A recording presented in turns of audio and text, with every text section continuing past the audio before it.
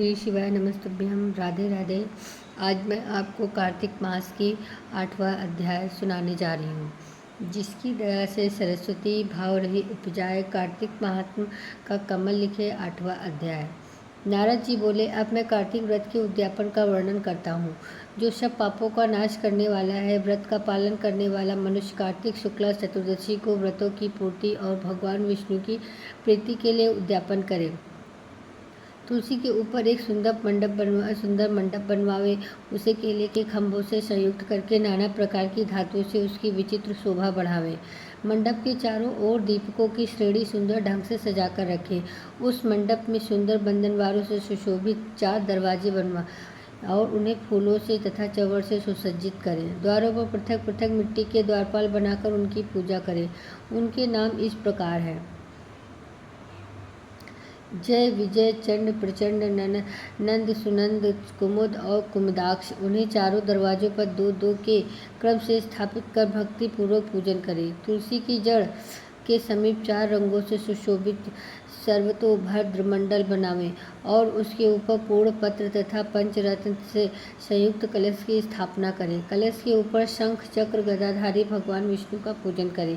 भक्ति पूर्वक उस तिथि में उपवास करें तथा रात्रि में गीत वाद्य कीर्तन आदि मंगलमय आयोजनों के साथ जागरण करें। जो भगवान विष्णु के लिए जागरण करते समय भक्ति पूर्वक भगवत संबंधी पदों का गान करते हैं, वे सैकड़ों जन्मों की पाप राशि से मुक्त हो जाते हैं।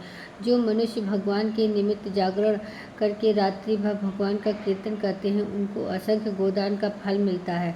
जो मनुष्य भगवान की मूर्ति के सामने नृत्य गान करते हैं, उनके अनेक जन्मों के एकत्रित पाप नष्ट हो जाते हैं।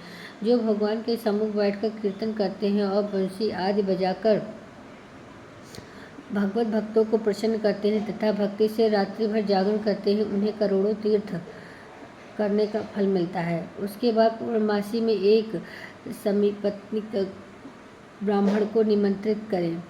प्रातःकाल स्नान और देव पूजन करके वेदी पर अग्नि की स्थापना करें और भगवान की प्रीति के लिए तिल और खीर की आहुति दें।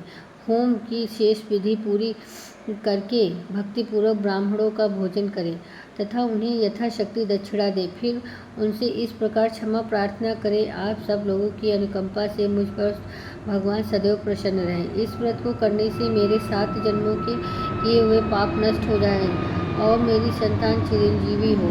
इस पूजा के द्वारा मेरी सभी मनोकामनाएं पूर्ण हो। मेरी मृत्यु के पश्चात मुझे अतिशय दुर्लभ विष्णु लोक की प्राप्ति हो। पूजा की समस्त वस्तुओं के साथ गाय भी गुरु को दान में दें। इसके पश्चात घरवालों और मित्रों के साथ स्वयं भोजन करें। भगवान द्वादशी तिथि को शयन से उठे, त्रयोदशी के देवताओं से मिले और चतुर्दशी को उन सबने उनका दर्शन एवं पूजन किया है। इसलिए उस तिथि में भगवान की पूजा करनी चाहिए।